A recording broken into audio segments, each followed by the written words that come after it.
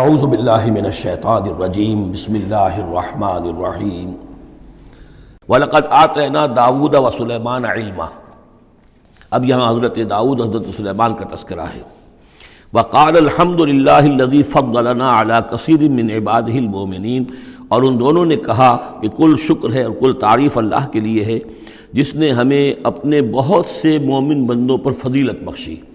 ہمیں ایک مقام عطا کیا ہے، ہمیں ایک مرتبہ عطا کیا ہے، اس کے بندے جو صاحب ایمان ہیں ان میں اس نے ہمیں ایک رتبہ دیا ہے، تو اس کے لیے حمد ہے، اس کے لیے شکر ہے۔ وَوَرِثَ سُلَيْمَانُ دَاوُودَ، اور وارث ہوا سلیمان داؤد کا علیہ الصلاۃ والسلام۔ وَقَالَ يَا أَيُّهَا النَّاسُ، اور انہوں نے کہا حضرت سلیمان نے، لوگو عُلِّمْنَا مَنطِقَ الطَّيْرِ، ہمیں سکھا دی گئی ہے جانوروں کی بولیاں، خاص طور پر پرندوں کی بولیاں ہمیں سکھا دی گئی ہیں۔ وَأُوتِينَا مِن كُلِّ شَيْءٍ، اور ہمیں اللہ تعالیٰ کی طرف سے ہر شے عطا کر دی گئی ہے۔ إِنَّ هَذَا لَهُوَ الْفَضْلُ الْمُبِينُ، یہ اللہ تعالیٰ کی طرف سے عطا کردہ بہت بڑا فضل ہے، بالکل روشن اور واضح۔ وَحُشِرَتْ لِسُلَيْمَانَ جُنُودُهُ، اور جمع کیے گئے سلیمان کے لیے، یعنی ان کے معائنے کے لیے، ان کے تمام لشکر، من الجن والانس والطیر، یہ لشکر جو تھے جنات کے بھی تھے، انسانوں کے بھی تھے اور پرندوں کے بھی تھے۔ فَهُمْ يُوزَعُونَ، تو ان کی جماعتیں بنائی جاتی تھی، ان کی بٹالینز وغیرہ، ان کے علیحدہ علیحدہ جو ہے گروپ بنائے جاتے تھے۔ حتیٰ اذا اتوا علی وادی النمل، تو یہ کہیں نکلے ہیں اپنے لشکر کو لے کر، جب ان کا آنا ہوا، پہنچنا ہوا ایک وادی پر کہ جہاں چیونٹیوں کی رہائش تھی، یعنی بہت سے بل تھے اور چیونٹیاں جو ہیں اس وادی میں کثرت سے تھیں۔ قال نملۃ، تو ایک چیونٹی نے کہا، یا ایھا النمل، اے چیونٹیوں، ادخلوا مساکنکم، اپنے اپنے بلوں میں گھس جاؤ، لا یحطمنکم سلیمان وجنودہ،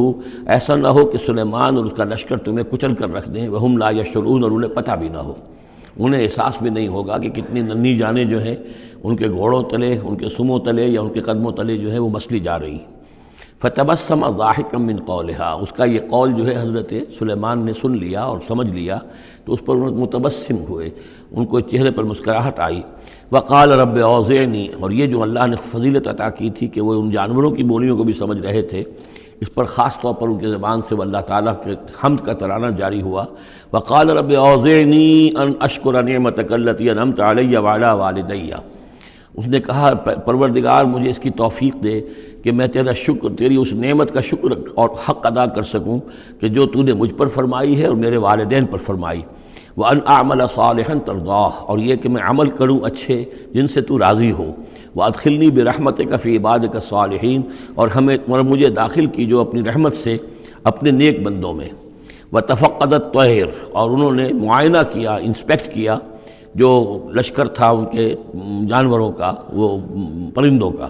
فقال ما لی لا اری الہدہد، ان کا کیا بات ہے مجھے ہدہد نظر نہیں آ رہا۔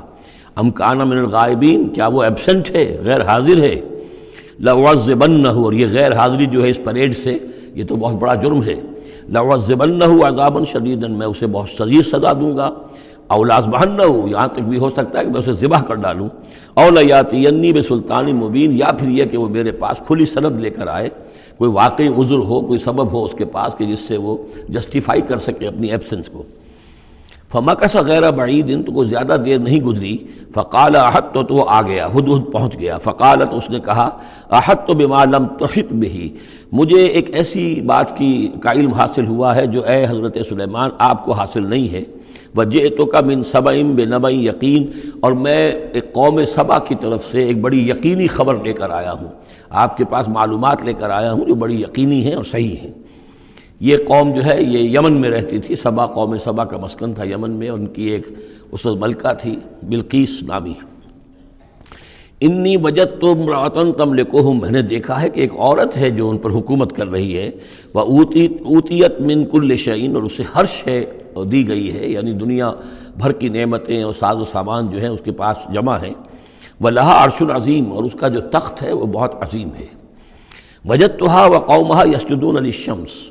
میں نے دیکھا اس کو اور اس کی قوم کو کہ وہ سجدہ کرتے ہیں سورج کو، من دون اللہ، اللہ کو چھوڑ کر۔ وَزَيَّنَ لَهُمُ الشَّيْطَانُ أَعْمَالَهُمْ، اور شیطان نے ان کے لیے ان کے اعمال کو مزین کر دیا ہے، فَصَدَّهُمْ عَنِ السَّبِيلِ، اور انہیں روک دیا ہے سیدھے راستے سے، صراط مستقیم سے، توحید کے راستے سے، فَهُمْ لَا يَهْتَدُونَ، تو وہ راہ نہیں پا رہے، بھٹک گئے ہیں۔ اللہ یسجدوا، یعنی وہ یہ راہ نہیں پا رہے، صحیح راستہ تک نہیں آ رہے، اللہ یسجدوا للہ، کہ نہ سجدہ کریں وہ، اللہ یسجد اللہ، کہ وہ سجدہ نہیں کرتے ہیں اللہ کو،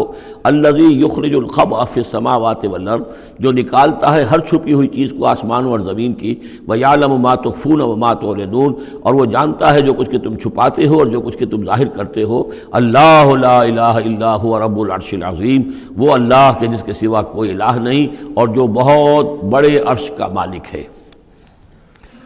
قال سننظر اصدقت ام كنت من الكاذبین، حضرت سلیمان نے فرمایا ان قریب ہم دیکھیں گے کہ تم سچی بات کہہ رہے ہو یا تم جھوٹے ہو، یعنی تم نے جھوٹ موٹ کا بہانہ بنایا اپنی غیر حاضری کے لیے یا واقعتاً تم صحیح خبر لے کر آئے ہو۔ اذهب بکتابی ھذا، میرا یہ خط لے جاؤ، فالقہ الیہم، یہ وہاں ان کے اوپر جا کر ڈالاؤ، ثم تول عنہم، پھر ان سے ذرا ہٹ کر دیکھو، فانظر، ذرا اس سے پیٹھ موڑ کر ایک طرف کو ہو کر وہاں منتظر رہو اور دیکھو، ماذا یرجعون، کہ وہ کیا جواب دیتے ہیں۔ قالت یا ایھا الملأ انی القی الی کتاب کریم، اب یہ خط لے گیا ہے ہدہد اور اس نے جا کر پھینک دیا ہے، وہ شاید ملکہ کی خوابگاہ میں پھینک دیا ہو۔ قالت یا ایھا الملأ، اب اس نے دربار اپنا منعقد کیا، اس نے کہا ہے میری قوم کے سردارو، انی القی الی کتاب کریم، یقیناً میری طرف ڈالا گیا ہے ایک خط کے جو بہت باعزت خط ہے، انہ من سلیمان، اور یہ خط آیا ہے سلیمان کی جانب سے، وانہ بسم اللہ الرحمن الرحیم، اور اس کا آغاز ہوا ہے بسم اللہ الرحمن الرحیم سے۔ یہ واحد مقام ہے قرآن مجید میں کہ جہاں یہ آیت بسم اللہ جو ہے سورتوں کے متن کے اندر واقع ہوئی ہے، باقی جو ہے سورتوں کے درمیان لکھی ہوئی ہے، اس میں اختلاف ہے کہ آیا انہیں شمار کیا جائے گا ہر مرتبہ قرآن کی آیت کی حیثیت سے یا نہیں۔ وَإِنَّهُ بسم اللہ الرحمن الرحیم، اللہ تعالی علیہ، کہ میرے خلاف سرکشی مت کرو، وَأْتُونِي مسلمین، اور حاضر ہو جاؤ میرے دربار میں اطاعت و فرما برداری کے ساتھ، میری اطاعت اور فرما برداری اختیار کرو اور حاضر ہو جاؤ۔ قالت یا ایھا الملأ افتونی فی امری، اب اس نے کہا سردارو ذرا مجھے اس معاملے میں مشورہ دو، ما کنت قاطعۃ امرا حتی تشہدون، میرا یہی معاملہ رہا ہے کہ میں کسی معاملے میں فیصلہ نہیں کیا کرتی، کسی اقدام کا فیصلہ نہیں کرتی جب تک کہ آپ لوگ بھی موجود نہ ہوں اور آپ لوگوں سے مشورہ نہ ہو جائے۔ قالوا نحن اولو قوت و اولو باس شدید، انہوں نے کہا کہ ہم قوت والے ہیں، طاقت والے ہیں، اور ہم سخت لڑائی کی صلاحیت اور استعداد اور اسلحہ رکھنے والے ہیں، والامر الیک، لیکن یہ کہ فیصلے کا معاملہ آپ کے ہاتھ میں ہے، آپ جو چاہیں فیصلہ کریں، فانظری ماذا تأمرین، تو اب آپ خود دیکھیے کہ آپ کی کیا رائے بنتی ہے اور آپ کا کیا مشورہ ہے۔ قالت ان الملوک اذا دخلوا قریۃ افسدوها، اس نے کہا اور بڑی عقل کی بات کی کہ دیکھو بادشاہوں کا یہ اسلوب ہے یا طریقہ ہے، دستور ہے کہ وہ جب کسی بستی کو، کسی شہر کو، کسی علاقے کو فتح کرتے ہیں، اس میں داخل ہوتے ہیں تو وہاں بہت سے فساد پیدا کرتے ہیں، اور جعلوا عزت اہلھا اذلہ، اور سب سے بڑی بات یہ کہ اس بستی یا اس قوم یا اس علاقے کے عزت والوں کو ذلیل کر دیتے ہیں۔ یہ ایک بہت اہم بات ہے جو اس نے کہی ہے۔